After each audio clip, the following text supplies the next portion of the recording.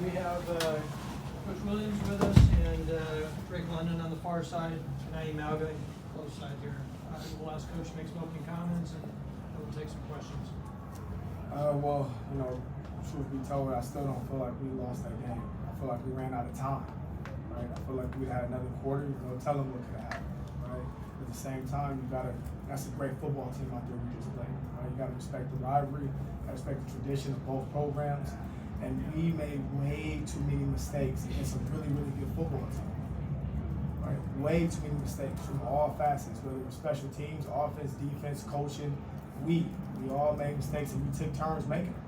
And that's what, what example you get it. And all of a sudden in 4 quarters that, run out of time and Notre Dame, like I say, well-coached team, really good players, and sucks for the result.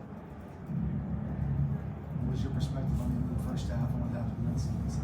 I wanted the ball spiked, to play before, and, they was trying to hurry up, the key to hurry up and call the play, and he scrambled and, thought he can come back later and spike the ball, but at the same time, to play that play, you got receivers way down the field, so it's hard to get everybody back, so you can spike the ball. Was that first down run with 30 seconds left in the second quarter by design or a check? Well, by design, because they were dropping 8. So at the same time they were dropping 8, we thought we could all of a sudden squeeze something to, get in right, position to get some kind of points out of there before the half. How do you explain the sheer number of mistakes when you guys had 2 weeks to prepare for this game? You know what? It's hard to say. Like I say, it's we made too many mistakes. It's not like too many mistakes just because you have 2 weeks to prepare. I mean, you can have a day to prepare or a month. Sometimes teams still make mistakes. You come out of fall camp, you make mistakes, right? Teams get prepared for bowl games and they make mistakes. So it's not because of the amount of time, right? It sucks to say, but you sometimes see the same results. And you shouldn't see the same results from the same people, from the same program, organization. So once again, we have to make those corrections. Drake, what's your mindset after a game like this when you play so hard and don't come out with it? Just go back next week and all you do is try to capitalize on your next game. You got to take this one to the heart and come back stronger and have it pretty much. Drake, what did Keaton say to you after that final play? Sorry, What did Keaton say to you after that final play? I saw he came over and talked to you a little bit. That was just between me and him. We just exchanged some few words and it was all positive stuff. Heading into next week, and that's pretty much it. Can I open you for your man during the third quarter? What's your status right now?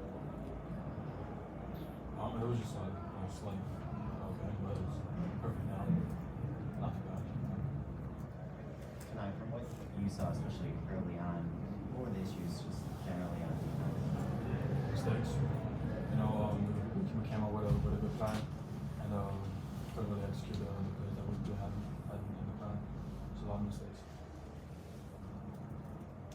Is that in the first half, starting the third quarter, you back on your most as the turning point? Yeah, I mean, that's where we keep having our Achilles heel at. So you would like to all of a sudden right before halftime we score some points and at the same time come out and score some points again. So we have what we wanted when we deferred to the second half, and we didn't capitalize. Like I say, I'm glad the guys you see in the fourth quarter continue to fight, continue to try to execute, and it's even like going forward late in the game on fourth down, right? So nobody wants to sit out here and lose, but at the same time trying to still do everything that you possibly can to win football.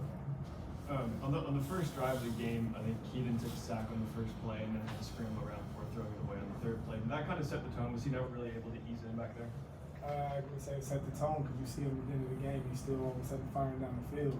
I would like to say that they got way too much pressure on us and on our backfield way too much in the course of the whole game. So that is a problem. When all of a sudden you see a quarterback getting lifted the ball off the ground, but some of those are different things. You can say it's the O-line. You can say it's a tight end. You can say it's a running back. You can also say it's Keaton holding on to the ball. So it's not one particular person, right? It's us. It's a collective group. And like I said, it took turns in the game. And that's the bad part. When it's just one particular player, all of a sudden you can sub that player out. But when it's just a collective of things, a collective of different plays, it's hard. Was Jackson fully available and what's your plan for him the rest of the season?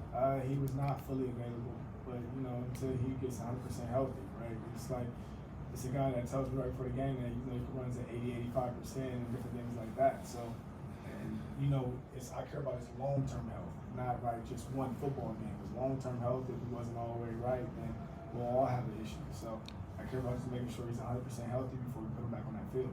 He was cleared though? He was clear to an extent, right? But he's not running at 100%. He hadn't ran at 100%.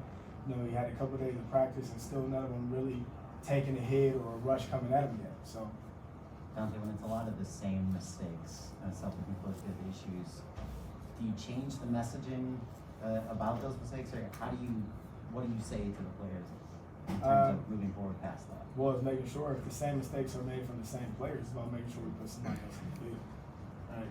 At the same time, if it's schematically, it's about making sure that we correct that schematically and do something else. So, when it's the same mistakes, some of those things can't happen. And I don't want to judge yet. I want to make sure I watch the film and make sure, or at least what I saw on the field and over again. And to see that, there needs to be different people on the field and we do some things differently. So when the same people are making the same mistakes, is substituting them for one play going to send a message, or does it maybe have to be extended a little bit further? No, it's substituting them for the game. So, the penalties is like a play or two or something like that, but that's not a penalty. Sometimes is a mistake. Penalties happen for different reasons, right? I'm talking about mistake like just the long coverage, missed tackles, right? Not blocking properly. Those are mistakes that need to be corrected sometimes through personnel things. Let's do one more. What did you see from Keontae tonight? I saw a guy that ran hard. With his head down, he got the tough yardage. At the same time, he made some guys miss one-on-one. That's what we expect out of him. Made some guys miss. He made some things happen even when some guys was in his face right at the line of scrimmage. And then at the same time, when he had an open crease, he ran. And that's what we expect out of him. Big time back. Thanks for coming in, guys. Thank